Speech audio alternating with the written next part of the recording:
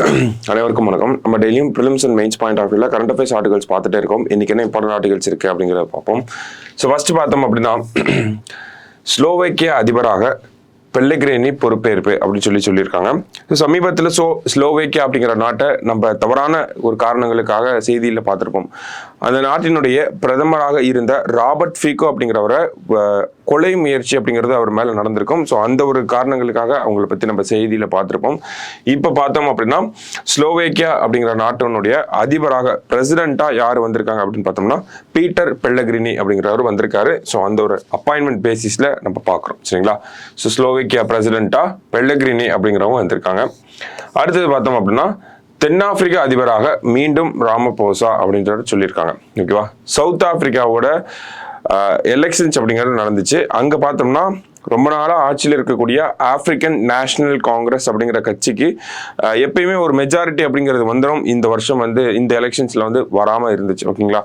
So என்ன பண்ணியிருக்காங்க அப்படின்னா மற்ற சின்ன சின்ன கூட்டணி கட்சிகளோடு சேர்ந்து ஒரு ஆட்சி அமைச்சிருக்காங்க. ஸோ அதுதான் இந்த இடத்துல பார்க்குறோம். அதே பற்றின செய்திகள்லாம் நமக்கு கொடுத்துருக்காங்க. ஸோ அவங்க அதை பொறுத்த வரைக்கும் பிரதமராக இருந்ததை பார்த்தோம் அப்படின்னா அதிபராக இருந்ததை பார்த்தோம்னா ஆல்ரெடி சிரில் ராமபோசா அப்படிங்கிறவர் தான் சவுத் ஆப்பிரிக்காவோட பிரசிடென்ட்டாக இருந்தார். ஸோ அவரே பார்த்தோம்னா மீண்டும் அதிபராக பதவி ஏற்றிருக்காரு. சரிங்களா? ஸோ சவுத் ஆப்பிரிக்காவோட பிரசிடென்ட் அப்படின்னு பார்த்தோம்னா சிரில் ராமபோசா அவர்கள் வந்திருக்காங்க. சரியா? ஸோ அதுதான் நமக்கு இரண்டாவது செய்தியில் கொடுத்துருந்தாங்க. ஸோ அடுத்த செய்தியில் பார்த்தோம்னா சாகித்ய அகாடமி யுவ புரஸ்கார் விருதுகள் அப்படின்னு சொல்லி கொடுத்துருக்காங்க. ஓகேவா? ஸோ என்ன அப்படின்னு பார்த்தோம்னா நமக்கு சாகித்ய அகாடமியிலிருந்து 2 விருதுகள் அப்படிங்கிறது அறிவிக்கப்பட்டிருக்கு. என்னென்ன விருதுகள் அப்படின்னா யுவ புரஸ்கார் விருது அப்படிங்கிறதும் பால சாகித்ய புரஸ்கார் விருதுகள் அப்படிங்கிறதும் அறிவிக்கப்பட்டிருக்கு. ஓகேவா? ஸோ யாருக்கு இந்த விருதுகள் அப்படின்னு பார்த்தோம்னா நமக்கு சாகித்ய அகாடமி நமக்கு தெரியும் 24 மொழிகளில் இந்த விருதுகளை வழங்கிட்டு இருக்காங்க. அந்த மாதிரி ஒவ்வொரு மொழியிலையும் இந்த யுவ புரஸ்கார் விருதும் பால புரஸ்கார் விருது அப்படிங்கிற இந்த 2 விருதும் அறிவிக்கப்பட்டிருந்துச்சு. யுவ புரஸ்கார் விருதை பொறுத்த வரைக்கும் பார்த்தோம்னா இளைஞர்களுக்காக ஒரு இலக்கிய படைப்பு, ஓகேங்களா, இளைஞர்களுக்காக இருக்கக்கூடிய ஒரு நூலுக்காக, சிறந்த நூலுக்காக வழங்கக்கூடிய ஒரு விருது தான் நமக்கு யுவ புரஸ்கார் அப்படிங்கிறது. பால புரஸ்கார் அப்படிங்கிறது எப்படி யுவ புரஸ்கார் அப்படின்னா இளைஞர்களுக்கும், பால புரஸ்கார் அப்படிங்கிறது நமக்கு சிறுவர்களுக்காக இருக்கக்கூடிய கதை சொல்லக்கூடிய நூல்களுக்கு வழங்கக்கூடிய ஒரு விருது தான் நமக்கு பால புரஸ்கார் விருது அப்படிங்கிறத சொல்றோம். ஓகேவா?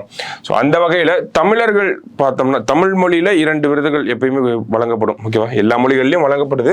24 மொழிகளில் வழங்கப்படுது. இல்லை தமிழ் மொழிக்கு யாருக்கு கொடுத்துருக்காங்க அப்படிங்கிறது நமக்கு எக்ஸாம் பாயிண்ட் ஆஃப் வியூல முக்கியமாக இருந்துச்சு.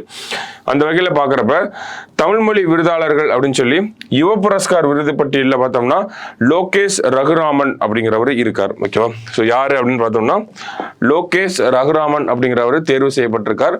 அவருடைய கதை தொகுப்பான விஷ்ணு வந்தார் அப்படிங்கிற இந்த கதை தொகுப்பிற்காக என்ன பண்ணியிருக்காங்க, இவருக்கு இந்த யுவ புரஸ்கார் அப்படிங்கிற இந்த விருதை கொடுத்துருக்காங்க. ஓகேவா?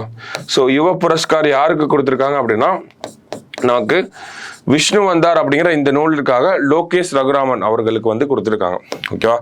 அடுத்தது பால புரஸ்கார் யாருக்கு கொடுத்துருக்காங்க அப்படின்னு பார்த்தோம்னா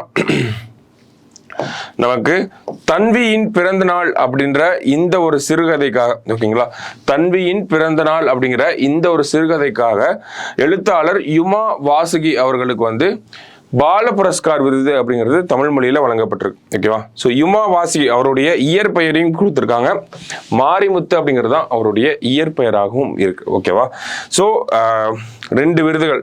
ஒன்று யுவ புரஸ்கார் அப்படிங்கிற விருது. இந்த யுவ புரஸ்கார் விருது யாருக்கு கொடுத்துருக்காங்க அப்படின்னா லோகேஷ் ரகுராமன் அவர்களுக்கு கொடுத்துருக்காங்க. என்ன ஒரு படைப்புக்காக அப்படின்னு பார்த்தோம்னா விஷ்ணு வந்தார் அப்படிங்கிற அந்த படைப்புக்காக. அடுத்தது பால புரஸ்கார் விருதை பார்த்தோம் அப்படின்னா நமக்கு தன்வியின் பிறந்த நாள் அப்படிங்கிற படைப்பிற்காக நமக்கு யுமா வாசுகி அவர்களுக்கு கொடுக்கப்பட்டிருக்கு. மாரிமுத்து அப்படிங்கிறது தான் யுமா வாசுகி அவர்களுடைய இயற்பெயராகவும் இருக்கு. ஓகேவா? ஸோ 2 விருதுகள் தமிழ்நாடு சார்ந்து வருது. அதே மாதிரி அவார்ட்ஸ் அப்படிங்கிற கேட்டகரி நமக்கு முக்கியமா இருக்கு. ப்ராமினன்ட் பர்சனாலிட்டிஸ் அப்படிங்கிறத நம்ம சிலபஸ்ல பார்ப்போம். ஓகேங்களா? சிலபஸ்ல கடைசி வார்த்தையா கொடுத்துருப்பாங்க. ஸோ அந்த தலைப்பு கீழே இவங்க நம்ம கொண்டு வரலாம். சரியா? ஸோ கடைசியா பார்த்தோம் அப்படின்னா ஜப்பானில் பரவும் புது பாக்டீரியா 2 நாளில் உயிரை பறிக்கும் அபாயம் அப்படிங்கிறது கொடுத்துருக்காங்க. அதாவது என்ன ஒரு பாக்டீரியா அப்படின்னு பார்த்தோம்னா குரூப் ஏ ஸ்ட்ரெப்டோகாக்கஸ் அப்படின்னு சொல்றாங்க. ஓகேவா? குரூப் ஏ ஸ்ட்ரெப்டோகாக்கஸ் எனப்படும் சதையை உண்ணும் அரிதான பாக்டீரியா ஜப்பானில் பரவி வருகிறது அப்படிங்கறத கொடுத்திருக்காங்க. இந்த பாக்டீரியா தொற்றை கவனிக்காமல் விட்டால் 2 நாட்களில் உயிரிழப்பு ஏற்படும் அபாயம் உள்ளதாக மருத்துவர்கள் தெரிவித்தனர் அப்படிங்கறத சொல்லியிருக்காங்க. ஸோ என்ன டைப் ஆஃப் பாக்டீரியா என்ன ஏது அப்படிங்கறத கொடுத்திருக்காங்க. ஸோ இந்த பாக்டீரியா ஃபர்ஸ்ட் எப்போ கண்டுபிடிக்கிறாங்க அப்படின்னு பார்த்தோம்னா 1999ல ஜப்பான்ல கண்டுபிடிக்கிறாங்க நமக்கு. ஓகேவா, குரூப் ஏ ஸ்ட்ரெப்டோகாக்கஸ் அப்படிங்கிற இந்த பாக்டீரியாவை ஜப்பான்ல 1999ல நம்ம கண்டுபிடிக்கிறோம். சரிங்களா. ஸோ இந்த வகை தொற்று பாதிக்கப்பட்ட நபருடன் நெருங்கி பழகுபவர்களுக்கும் அவர்களுடன் உணவு மற்றும் பானங்களை பகிர்ந்து உண்பவர்களுக்கும் எளிதில் பாதிப்பு ஏற்படுவதாக ஜப்பான் தொற்று நோயில் மையம் தெரிவித்துள்ளது. ஸோ க்ளோஸ் கான்டாக்ட்ல இருக்கவங்களுக்கு இந்த டிசீஸ் வந்து பரவும் அப்படிங்கிறத நம்ம இந்த இடத்துல பார்க்குறோம். ஓகேங்களா. ஸோ க்ளோஸ் கான்டாக்ட்ல இருந்துச்சு அப்படின்னா நமக்கும் அந்த டிசீஸ் வரும் அப்படிங்கிறத பார்க்குறோம். ஜப்பான்ல இந்த மாதிரியான தொற்று அப்படிங்கிறது பரவ ஆரம்பிச்சிருக்கு. அந்த ஒரு பின்னணியில தான் நம்ம இந்த செய்தியை பார்க்குறோம். ஸோ என்ன மாதிரியான சிம்டம்ஸ்லாம் இருக்கும் அப்படின்னு பார்த்தோம்னா மூட்டு வலி, வீக்கம், காய்ச்சல், குறைந்த இரத்த அழுத்தம், சுவாச பிரச்சனைகள், உறுப்பு செயலிழப்பு, ஆர்கன் ஃபெயிலியர் சொல்றோம் இல்லையா. ஸோ அடுத்தது பார்த்தோம்னா உயிரிழப்பு போன்ற விஷயங்கள் ஏற்படுறதுக்கு அதிகமான வாய்ப்புகள் இருக்கு அப்படின்னு சொல்றோம்.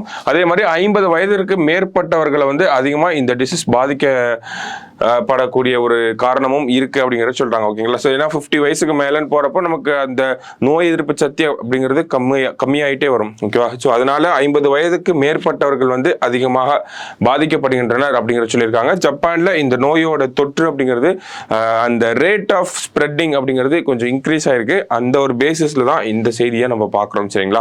ஸோ என்ன டிசீஸ் அப்படின்னா குரூப் ஏ ஸ்ட்ரெப்டோகாக்கஸ் அப்படிங்கிறது எங்க வந்திருக்கு, எங்க பரவிட்டு இருக்கு அப்படின்னு பார்த்தோம்னா நமக்கு ஜப்பான்ல வந்து பரவிட்டு இருக்கு. சரியா. ஸோ அந்த ஒரு பேசிக் நியூஸை மட்டும் நம்ம பார்க்குறோம். சரிங்களா.